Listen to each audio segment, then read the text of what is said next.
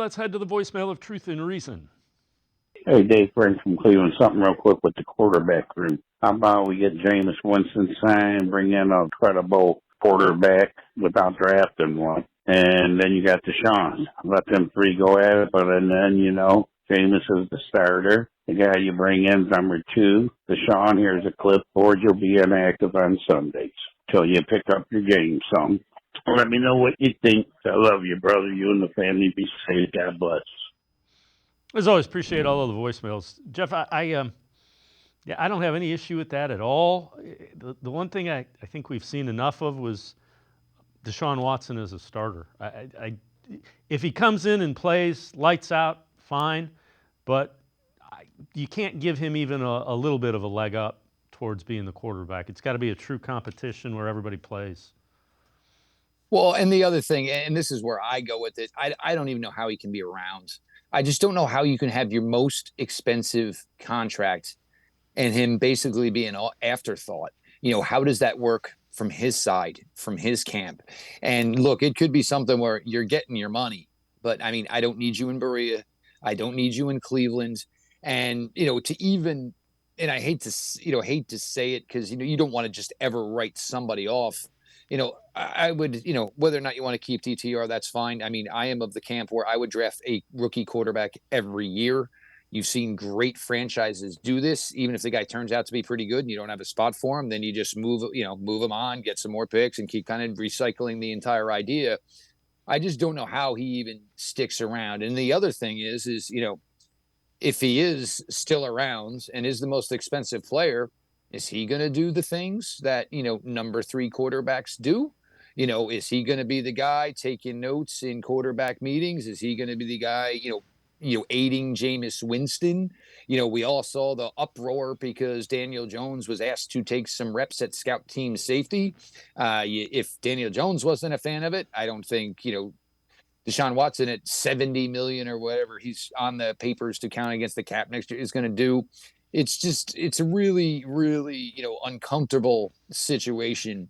And, I just don't know how, because essentially we're talking about this becoming a divorce. I just don't know how you say we're divorced, but it's okay. My ex-wife now has, the spare bedroom in the house. I mean, the money is going to be there. He's going to get his money. There is no way the Cleveland Browns can get out of that aspect. But if he's not the starting quarterback, I don't think there's any reason he needs to even be in the locker room if this goes the way it should go. So this from the Bleacher Report. Thoughts on every team entering Week 13. The Browns. If Jameis Winston continues to jolt them into wins, it could be a lose-lose situation. They could miss out on considerable draft capital while also getting fooled into believing the 30-year-old is long-term answer under center. Difficult closing schedule should help prevent that.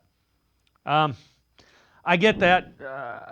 I don't think they would ever view him as a long-term solution, but I certainly don't view any of the quarterbacks as franchise-type quarterbacks. We've been there before. There are some drafts where if you get the top quarterback, you still don't get a guy that can be a long-term solution. And you got to realize when that is. Well, there's certainly several questions with this. And I agree with you. I think there's probably, in my opinion, there's only two quarterbacks that probably should even go in round one.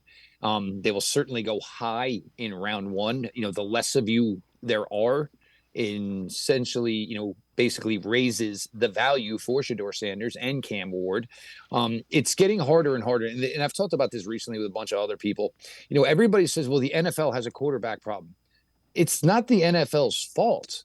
When you got kids going to 4 universities in 5 seasons, the problem is coming from the college game up. Look, the NFL, you can't just say, oh, well, I won't draft them that high. Because guess what?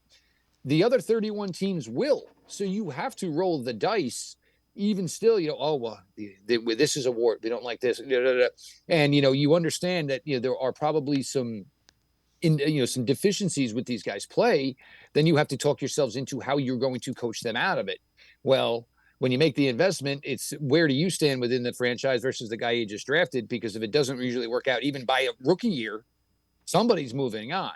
But look, for the Browns, look, and also with the draft right now, we don't know where the best of the positions are yet.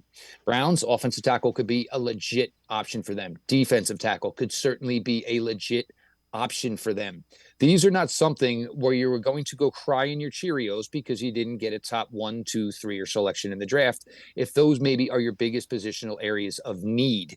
Also, if you know Kevin Stefanski is coming back, and if you know Andrew Berry is coming back, and for everybody who says, hey, I want Jameis Winston back somehow, some way, can you maybe say he's the starter with competition, this, that, and the other thing? All good. I'm with all of that. But you want to know what?